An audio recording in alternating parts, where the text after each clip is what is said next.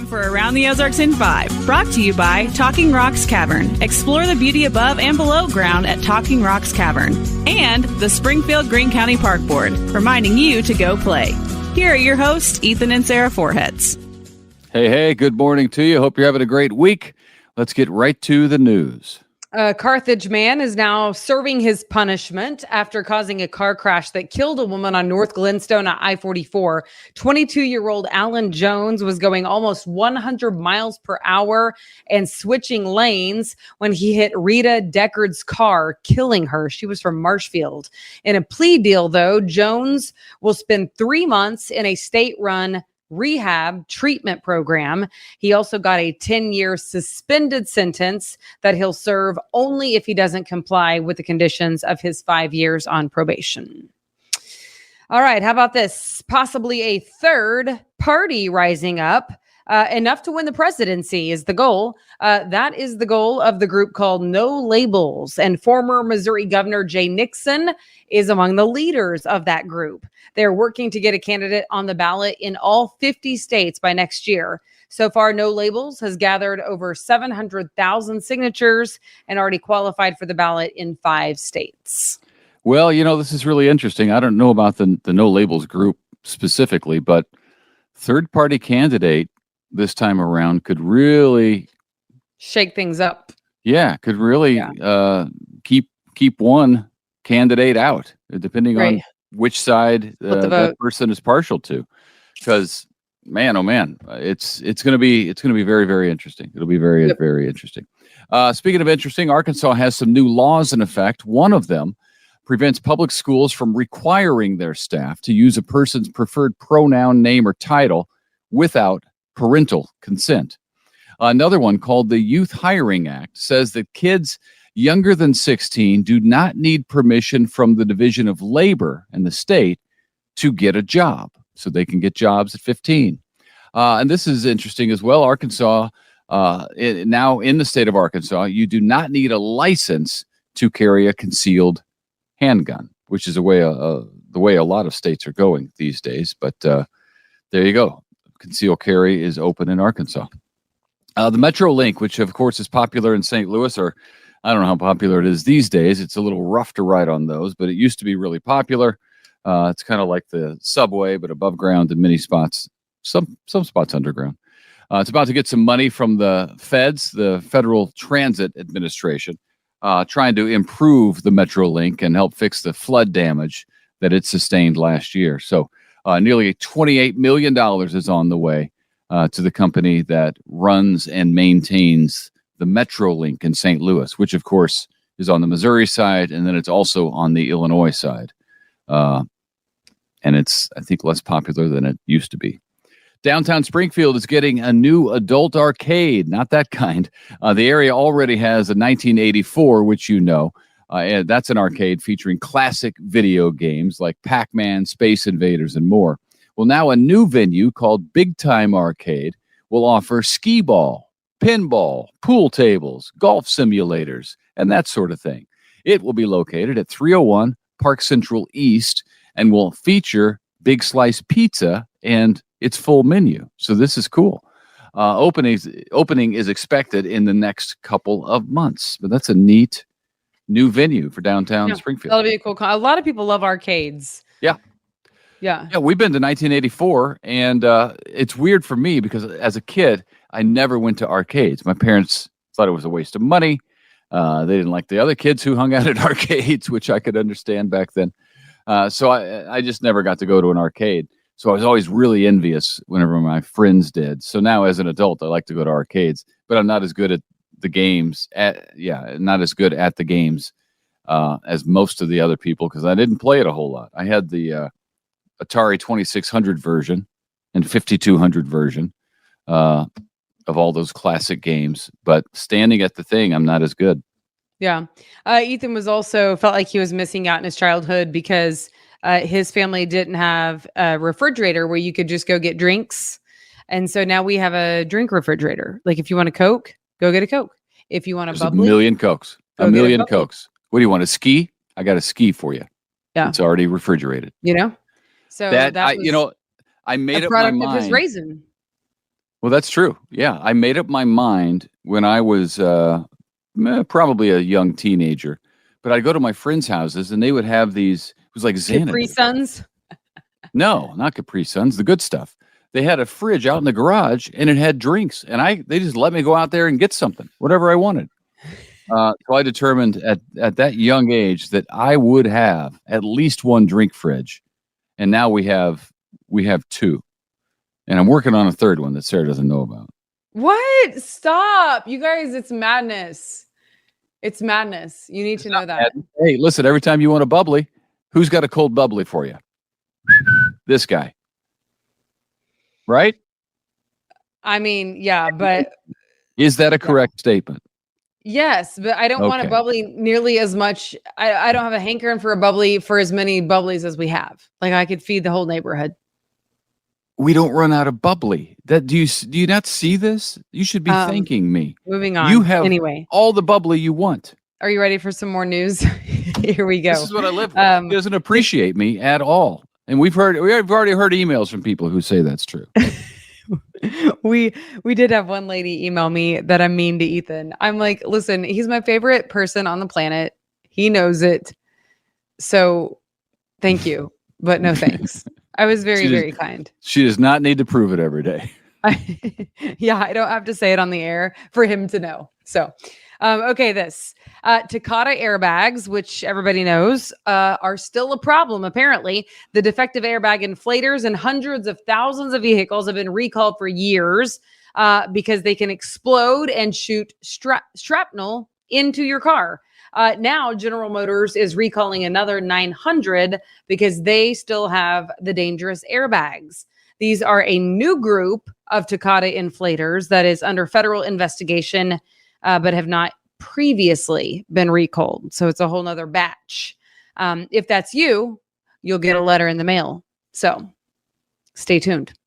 You can still use traditional incandescent light bulbs, but buying them is now illegal. So if you have them, go for it, but you cannot go buy any more. Stores are no longer allowed to sell them, according to a new ban by the Biden administration. Perhaps you've heard about it. The Department of Energy will only allow LED bulbs to be sold. Get ready to pay more. The average cost of an LED bulb is $5 to $7, while the incandescent bulbs are about $2. However, the feds say that in the long run, you will actually save money. On your electric bill is what they say. That's, who knows? But I do like LED lights. I like them better, but I don't like to be told what to do and told what I can't do. I don't like that part of it, but I do like an LED bulb. There you go. For what it's now you have reason to use them all the time. Because I can't use anything else. Right. It's you. This is me. I thought you had another one there. Don't have my spectacles on. The Bass Pro Shops Tournament of Champions that so many people love and enjoy every January is now uninviting a former favorite. Bishop Gorman out of Las Vegas.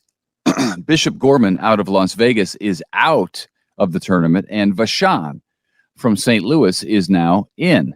The idea of the tournament is that you bring in the top players, top prospects from across the country, and it draws a crowd. People come in to see the great players on these great teams.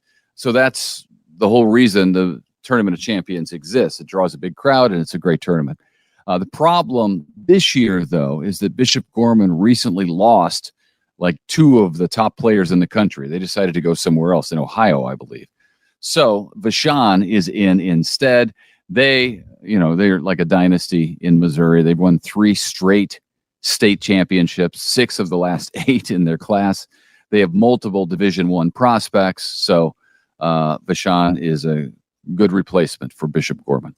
Yeah, and it's kind of fun that they're from St. Louis because Las Vegas, you're not going to draw any crowd from Las Vegas, but perhaps St. Lucians like yourself will come down and watch. No, it's a local tournament. The Vashon people won't travel down here. You don't very think? Likely. Parents will, but they don't have like a strong following other than that. But they are a really good team most of the time. All right. Today is the day for the midweek matinee at the Galois. Playing today, Butch Cassidy and the Sundance Kid. The show starts at 2:00. You can get a $10 ticket and concession voucher. Not a bad deal. Plus, Greene County and Christian County senior citizens over 60 can claim a free combo ticket that includes the movie ticket, popcorn, and a drink. Good deal. Pretty great. And that's a good old classic movie. Never heard of it, but that's not surprising because not only did I not play arcade games, but I also did not watch movies. Just a couple of them, Goonies and Dumb and Dumber. That's right. Not that well-rounded. I enjoy all things outdoors. And neither of those things exist outdoors. But Goonies was like an adventure. Like I had friends who were the Goonies. You know, we were always on an adventure. So, all right. Finally, the hot weather outside might make you want to go ice skating because, you know, it's always cold in there. And now you can beat the heat at Jordan Valley Ice Park with Around the Ozarks.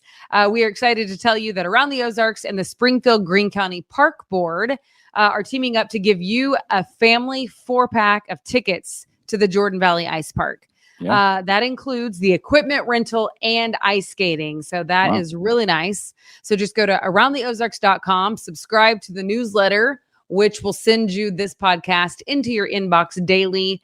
And it's not a bad email list. You know, like some of the ones you like get like, it's not that. This is not that. It also has an amazing calendar of all the events coming up on any given day in Springfield that people submit. And it is very thorough. I kind of love it. Yeah, it's great. Yeah. My boy, our boy, plays ice hockey now. So I've spent a lot of time at the Jordan Valley Ice Park. And let me tell you, it is cool in there. I usually have to take a down-filled parka just to stay warm because I get cold easy. But but you wear that, and this time of year, boy, it's going to be nice and comfortable in there. And ice skating is a fun thing to do with the family. So thanks to the park board. We appreciate it. Awesome. Yeah. And for sponsoring Around the Ozarks. By the way, we just wrapped up a different contest.